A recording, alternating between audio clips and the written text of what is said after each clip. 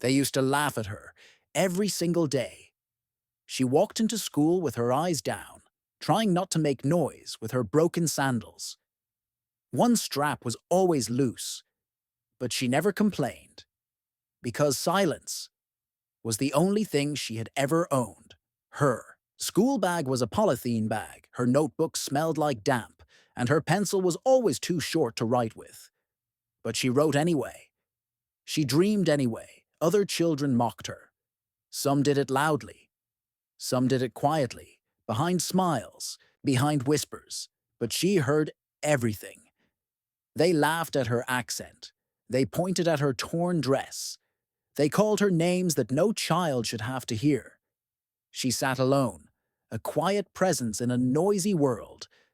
But inside that silence, something powerful was growing.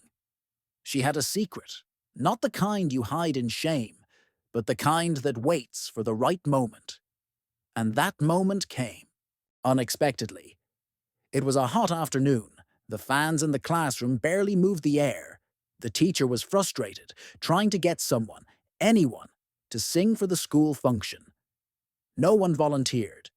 So, half in jest, the teacher said, "Ronnie, would you like to sing?" Laughter exploded. Of course it was a joke. Ronnie, the girl with nothing, what could she possibly offer? But that day, something in her shifted. She looked up and quietly said, yes. The laughter stopped for a second, then returned, louder than before. But Ronnie was already walking to the front. No one noticed the tremble in her hands or the tightness in her chest. But she walked anyway. She stood before them, students, teachers, even the peon watching from the door. She didn't clear her throat.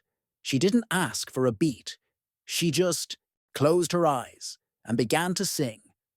Her voice wasn't polished, wasn't trained, but it was honest. It was full of wounds, full of memories, full of truth, and it silenced the room. Every word she sang carried something real, something raw, something that didn't need music to be felt. In that moment, no one saw her broken shoes. No one cared about her old uniform. They heard her. For the first time, they really heard her. When her song ended, there was silence. The kind of silence that says, "We were wrong about you," then came the applause. Slow at first, then louder and louder. The very people who laughed at her were now looking at her in awe. After that day, everything changed. She wasn't the invisible girl anymore. She was the voice no one could forget. Students asked her to sing again. Teachers encouraged her. The school gave her a uniform, a real one, not because she begged, but because she proved she was more than they ever imagined. And she didn't stop there. At home, her father worked in a mechanic shop. Her mother stitched clothes for neighbors. They didn't have much, but after that day, they saved every rupee they could to send her to a small music class in town. She walked 3 kilometers every evening, just to sing for 1 hour. She failed many times, was told she wasn't good enough, was told she didn't belong, but she kept singing, because in her voice, she had finally found herself. Years passed, and that quiet girl from the corner seat. She grew up and she returned. Not as a student, but as a guest at the same school. As a performer.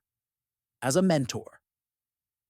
She walked onto the same stage where she was once mocked. And this time, the entire school stood up in applause before she even opened her mouth. She looked at the students and smiled. Then she said, "Never let anyone decide what you are capable of. I wasn't born with privilege, but I was born with a voice. And once I chose to use it, no one could silence me again." There were tears, even from the same teacher who once laughed. And somewhere in the last row sat a little girl, quiet, wearing an oversized shirt and broken slippers, looking up at the stage with wonder in her eyes. Because that's how it happens. One voice, one choice, can change everything. So if the world has ever doubted you, if they've called you names, laughed at your dreams, tried to box you into silence, don't listen. You are not your clothes. You are not your background. You are not the limits they set for you. You are your voice, and your voice deserves to be heard. Speak, sing, shout if you must, but never ever stay silent, because someone, somewhere, is waiting to hear exactly what only you can say.